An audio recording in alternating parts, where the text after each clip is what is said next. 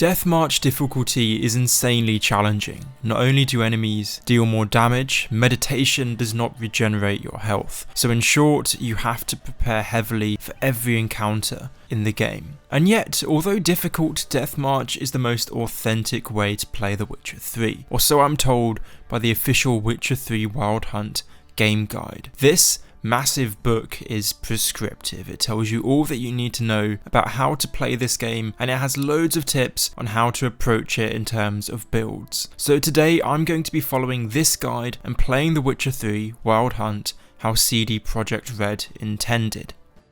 There are three main skill trees in The Witcher 3, signs, swordplay and potions. The guide recommends that I choose a build and thus allocate my skill points accordingly. Now they have some builds meant especially for Deathmarch, and one of them is the alchemy build. Seeing as I've always neglected alchemy in my past playthroughs, opting instead just to have badass sword skills with some good signs, I'll go for a straight alchemy build. So I've completed the tutorial segment and now we're in White Orchard. We need to find Yennefer, and fortunately Gaunter O'Dim has given us a lead, the NILFGAARDIAN garrison. What's your price?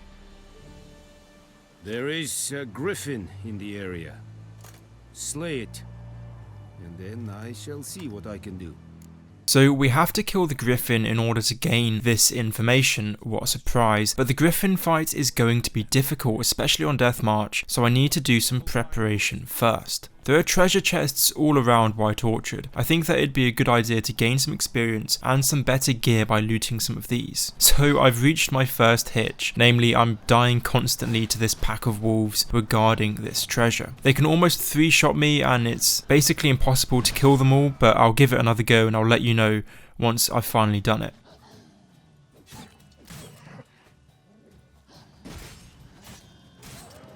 Okay, so I managed to kill the wolves, and this letter points us to some gear in a hut just down the hill, so we're going to go there and collect this gear. And I think there are a couple of other caches that I'm going to loot from the map as well.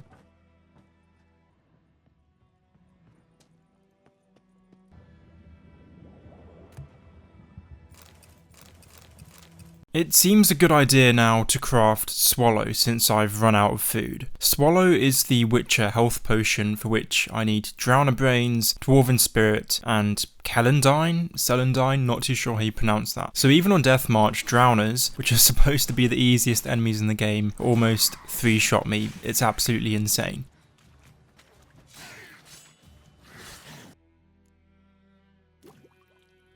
So in terms of quests, before I get on and kill the griffin, I'll do some contracts in and around White Orchard. And I think there's this man nearby who needs help with the well. Earlier on we drew our water from the river, but so many corpses floating in it after the battle it's turned noxious.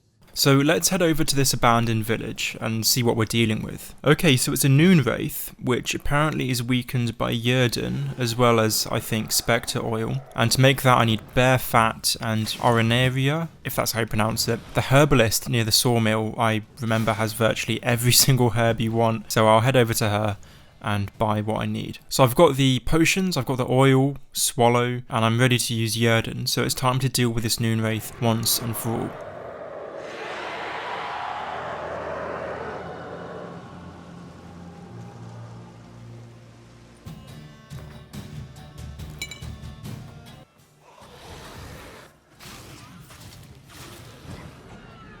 Awesome, so the Noon Wraith is dead, and now we can collect our reward, which is much needed considering I'm so strapped for cash. Witcher work really doesn't pay well. Now I've also got some experience, and my first points are put in the alchemy branch, so I think it's time to start preparing for this griffin fight. So I need to collect some bait, buckthorn. So I'm ready for the fight. I've got my potions and some decent gear. I may be slightly underprepared. I mean, I don't really have any griffin specific potions or anything, but I don't really think I know how to make any of them, so I'll just see how this goes.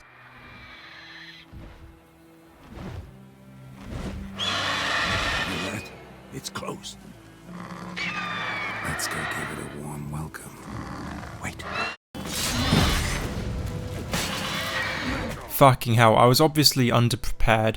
The griffin absolutely demolished me. So I've come back to the herbalist to see if she's got anything to sell me that could help with this griffin, and there's a griffin decoction recipe, but I need a griffin mutagen to make it, so I can't use that to my advantage. I have to kill the griffin first. But what I can use are some bombs.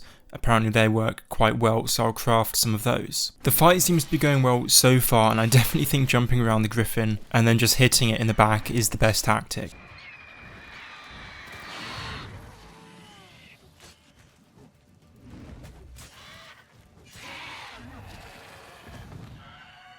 The griffin is dead finally, and now we can get the information we need from the NILFGAARDIAN commander and then head on to Velen. So we met the commander, I've been and met with the emperor, and now we are here in Velen with a mission to find Ciri. So we need to check on Hendrik, the Emperor's spy, to find out more. Jesus, dogs and wolves are definitely some of the hardest foes to beat. I think me dying to them isn't a good sign of my skill. But in all fairness, when you go to attack one dog or wolf, the others then attack you whilst you're able to take damage. So it's really difficult. You've got to try and get them out on their own to kill them. Let me just say, Ronvid of the Small Marsh is so shit that I can beat him when I'm heavily underleveled and playing on Death March difficulty. Just let that sink in. Alright, so we've earned a bit of experience, but I reckon it would be a good idea to do a contract to earn myself a bit of money and hopefully some new gear, because I'm still wearing the default armor. I think there's a contract for a Draconid in Crow's Perch called the Shrieker, so we're going to go head there and initiate that. Right, so we have to go to the cave where it was last spotted, and I've got those bombs and my potions, so I should be okay.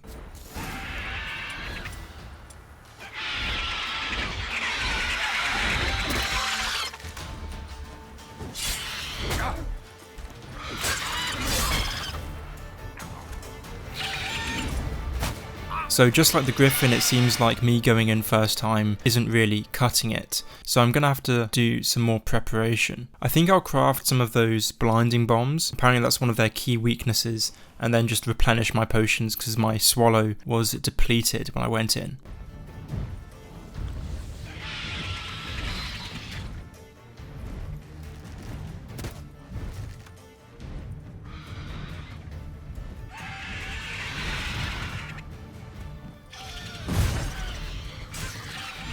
Well, fuck, I died again. I tried using that griffin decoction towards the end because I completely forgot about it, but it ended up killing me from toxicity. Initially I thought that it could only be used against griffins, but I figured out that that's just its name, and in fact you can use it whenever. So in the next fight I'll use that at the beginning to increase my resistance to the bird's attacks. And I'm also going to make some white honey because toxicity is a real danger. My levels aren't high enough yet for me to just constantly take potions. So here we are again. I have my potions fully replenished and it's time to fight. I would like the Draconid oil, but apparently you can only find the recipe once you're in Novigrad, so I'll have to go without because I don't yet have the writ of approval to cross the bridge.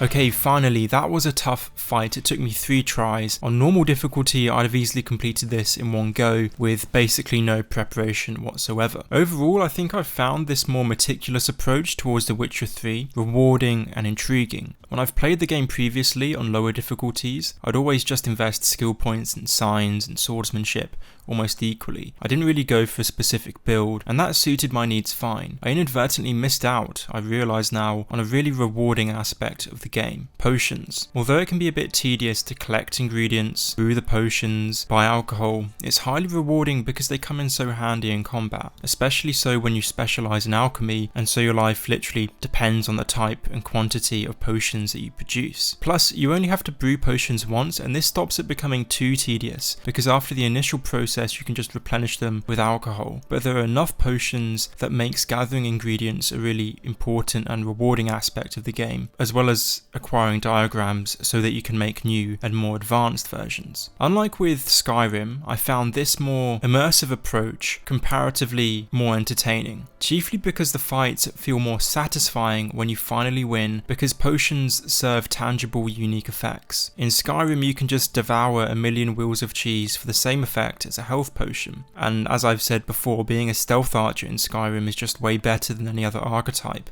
But this isn't the case in The Witcher. The various specializations are all fairly equal. In fact, I might say the potions approach is the strongest of the three, and so the grind for potion ingredients, diagrams and alcohol needed to replenish them feels highly rewarding, especially when you win those massive fights. So would I do this again, and would I complete this playthrough? Absolutely. In fact, I'd love to finish The Witcher 3 on Death March difficulty. It might take me much longer than a normal playthrough, but the last few hours have shown me that this approach can be incredibly fun and rewarding. I've only shown the earlier stages of such a playthrough in this video, but I downloaded a save from the Nexus mods of a high level version of this build just before the Blood and Wine questline, and I tried it on some bandits, and this particular save has basically all the potions I think, so it's quite overpowered, but it's a cool vision into the potential for this build. Please let me know if you want to see more of this. I'd definitely be happy to play through further, and also feel free to subscribe. Before I end, I want to give a quick shout out to Apex Gaming PCs. If you use the code Avarti, you can get 5% off any of their PCs, and I also have my own range of PCs with them if you're interested in that. Anyway, thank you for watching, and I'll see you in the next one.